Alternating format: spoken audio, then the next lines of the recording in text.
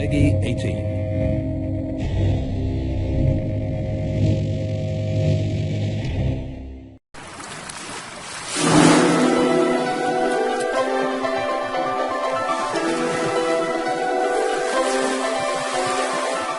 Cuando nos referimos a personajes relacionados con el ocultismo y lo paranormal, es inevitable no hablar de Aleister Crowley, el más famoso o infame, dependiendo de cómo se mire, ocultistas de todos los tiempos.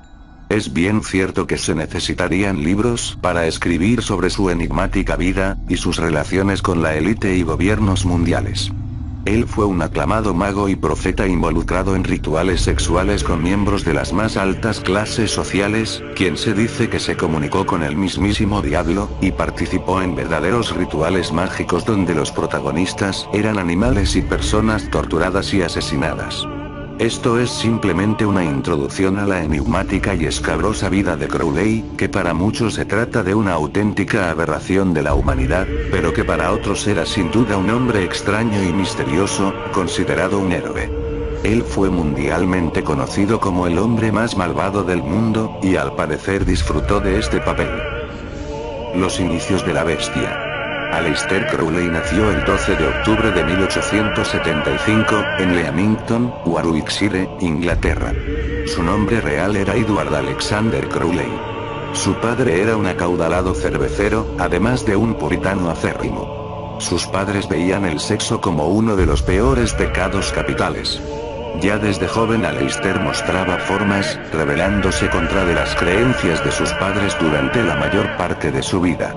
Su comportamiento llevó a su madre a dirigirse a él como la bestia. Al parecer, ella realmente creía que su hijo era el anticristo. Y no iba muy desencaminada, ya que Aleister obviamente creía ser una poderosa fuerza oscura, y que más tarde materializó en su vida. Por otra parte, su rebelión contra la opinión de los padres con respecto a sus relaciones sexuales le llevó a ser una persona abiertamente sexual desde muy joven. El padre de Aleister murió cuando él tenía 11 años de edad. Ese mismo año, Aleister supuestamente torturó y mató a su propio gato. Según otros informes sobre su vida, hablan de otros comportamientos más horribles cuando él era niño. Sin embargo, casi cualquier cosa puede ser justificada, incluidos los actos mencionados por Crowley en su autobiografía. Sabemos que Edward cambió su nombre por el de Aleister, a fin de no tener el mismo nombre que su padre. También sabemos que él perdió su virginidad a una edad muy temprana, se rumorea que tenía 14 años de edad y que fue con una sirvienta. Cuando era niño, Aleister se vio obligado a asistir a ciertas escuelas religiosas. En 1892, Aleister Crowley fue inscrito en la escuela en Malvern. Según los registros, Crowley participó en algún tipo de acto homosexual impactante en ese momento. A continuación, pasó a por la escuela Tonbridge, donde supuestamente contrajo gonorrea con una prostituta. Pero no fue hasta su ingreso en la Universidad de Cambridge cuando Crowley cambió todos sus gustos sexuales por el ocultismo. A la edad de 21 años, heredó el dinero de su padre, y fue capaz de empezar un viaje a lo desconocido, que continuó durante toda su vida. Comienza la leyenda. En 1898, Aleister Crowley se unió a la Orden Hermética de la Golden Dawn. Esta orden era dedicada principalmente a la magia blanca. Él no fue muy querido por la mayoría de los miembros de la Golden Dawn. William Butler Yeats, poeta irlandés, lo llamó una persona loca e indescriptible. Durante su tiempo en la Golden Dawn vivía con un compañero llamado Adam Bennett en un piso de Londres. Allí experimentó con rituales de magia en 2 templos construidos a propósito, y se cree que Crowley tuvo algunos resultados sorprendentes, como la manifestación de una serie de seres sobrenaturales y actividad poltergeist. Crowley dejó la Golden Dawn después de una supuesta batalla mágica con MacGregor Matters, quien fue expulsado del núcleo en 1900 tras acusar a uno de los fundadores de la falsificación de los documentos en que se basó el grupo. En 1900, a la edad de 25, se mudó a la casa Boleskine a las orillas del lago Ness en Escocia. Su principal objetivo era encontrar un lugar tranquilo donde poder continuar su formación mágica. En Boleskine se dice que invocó a los demonios, que celebró misas negras, y que participó en orgías sexuales. En 1903, se casó con una mujer llamada Rose Kelly. La pareja tuvo 2 hijos, uno de los cuales murió a la edad de 2 años en misteriosas circunstancias. En 1904, mientras la pareja se encontraba de vacaciones en Egipto, Aleister afirmó tener una visión de su propia vida y que debía escribir un libro, que se convertiría en el libro de la ley. Al año siguiente, se fue a una expedición al Himalaya, que terminó con la misteriosa muerte de algunos de sus compañeros. A partir de ahí se fue a Canadá y Estados Unidos. Su primera hija murió de tifus mientras se encontraba en el extranjero. En 1907, Aleister Crowley fundó una orden mágica conocida como la Astrum Argentium. 2 años más tarde, se divorció de su primera esposa. 3 años después, se unió a la Orden de los Templarios Orientales Ordo Templi Orientis Otto. Fue en esta época que supuestamente comenzó a experimentar con los rituales sexuales. Él era conocido en su círculo privado por tener sexo casual con mucha frecuencia. Mujeres y hombres por igual se sintieron atraídos por él, a pesar de su aspecto físico. Pasó algún tiempo en los Estados Unidos entre 1915 y 1919, donde difundió una propaganda anti-británica, o pro-Hitler, aunque más tarde afirmó que él era un partidario británico. Cuando se marchó de Estados Unidos, se reunió con Leair Sikh. En 1920 se fue a Cefalú con su actual mujer, y formó la abadía de Telema. Fue la cobertura de la prensa que la hizo famosa en todo el mundo. Fue acusado de realizar orgías sexuales, sacrificios masivos de animales y personas, así como todas las formas de la magia negra. El verdadero desastre se produjo cuando uno de los miembros de la abadía, un graduado de Oxford llamado Raoul Loveday, murió de enteritis en la abadía. Su esposa acusó a Crowley de envenenarlo haciéndole beber la sangre de un gato durante una de sus ceremonias, y su campaña contra él en Londres alimentó la creciente mala prensa. En 1923 el gobierno italiano, después de permitir tantas actividades diabólicas, lo expulsó. Como siempre, Crowley se deleitaba con las acusaciones, y no negó ninguna de las acusaciones. La expulsión de Italia fue el comienzo de una recesión global de Crowley, reduciéndose su grupo de seguidores y en realidad nunca ganó la misma influencia sobre un gran público hasta después de su muerte. Él sin embargo tomó el control de la Otto. Theodore Reuss se retiró en 1923 y nombró a Crowley como su sucesor. Hay un cierto desacuerdo sobre la decisión entre los miembros, pero finalmente fue confirmado como líder en 1924. Continuó como director hasta 1946, cuando renunció a su mandato. Aleister pasó los últimos años de su vida encadenado a las drogas que había utilizado durante muchos años. Era un adicto a la heroína y estuvo a punto de arrumarse.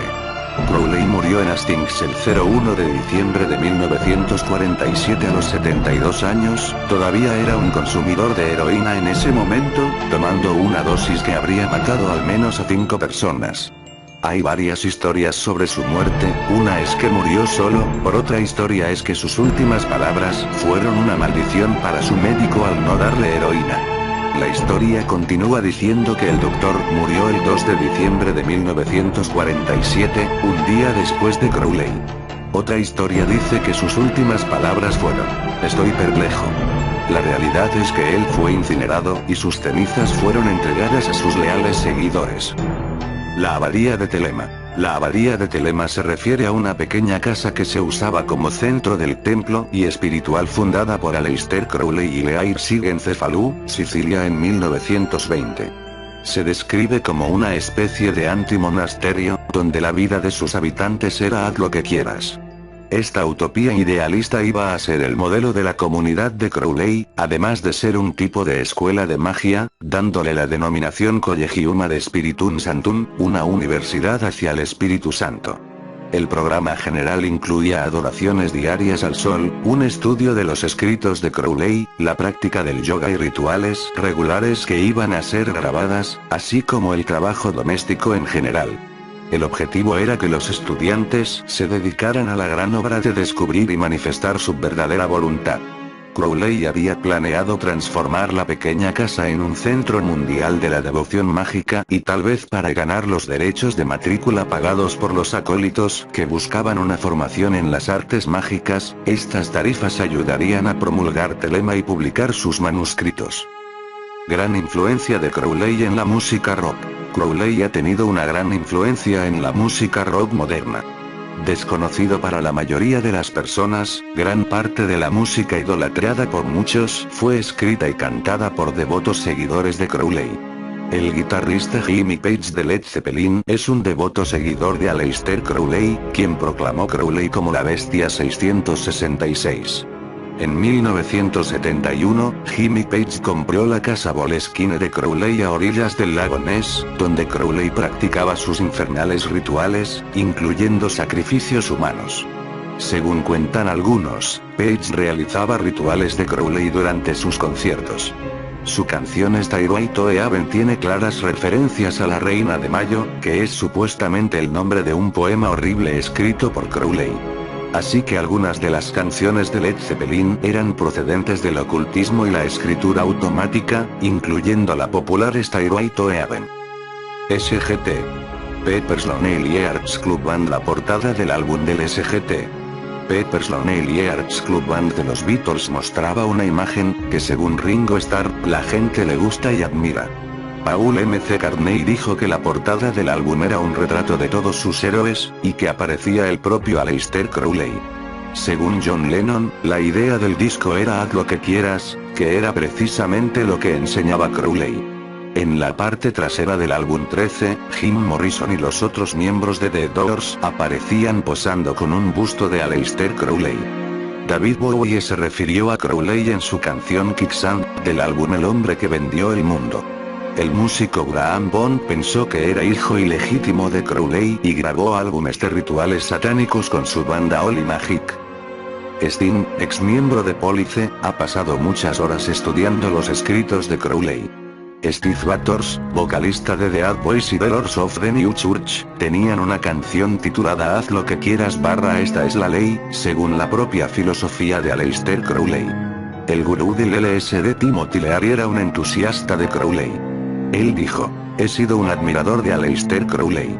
Creo que me estoy llevando en gran parte la obra que se inició hace más de 100 años. Él estaba a favor de la búsqueda de ti mismo, y haz lo que quieras será la totalidad de la ley en el amor. Fue una declaración muy poderosa. Marilyn Manson en su canción Misery Machine contiene las letras: nosotros vamos a montar hasta la abadía de Telema. Franklin D. Roosevelt quedó tan impresionado con las enseñanzas de Crowley, le puso una imagen diseñada por Crowley en la parte posterior del billete de $1. El ojo en el triángulo, ahora en el billete de $1, fue creación de Crowley.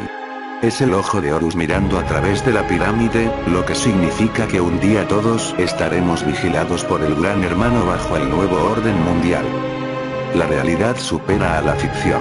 Mirando ahora la vida de Aleister Crowley, es importante tener en cuenta alguna de las afirmaciones más extrañas que se han hecho de él. Así que, para terminar, he aquí una lista de tales reclamaciones. Puedes optar por creer o no. De cualquier manera, es innegable que causó una gran impresión. Aleister Crowley mencionó en su autobiografía que nació con 3 marcas de Buda. Una de estas marcas eran 4 pelos que crecían desde el centro de su corazón, en forma de una esvástica. Muchas personas creen que Aleister Crowley era un espía para el gobierno británico. Esta es una interesante afirmación dada la cantidad de viajes que Aleister realizaba extendiendo la propaganda durante la Segunda Guerra Mundial. Otra afirmación hecha por Aleister era que él era la reencarnación de varios ocultistas famosos. Uno de estos hombres fue Eliphas Levi, quien murió el año en que Aleister nació. Se rumorea que Aleister convenció a su novia Lea para que copulara con una cabra. Algunas versiones de la historia cuentan que la cabra estaba destinada a ser sacrificada en el momento del clímax, pero que no cooperó. Su garganta fue cortada de todos modos.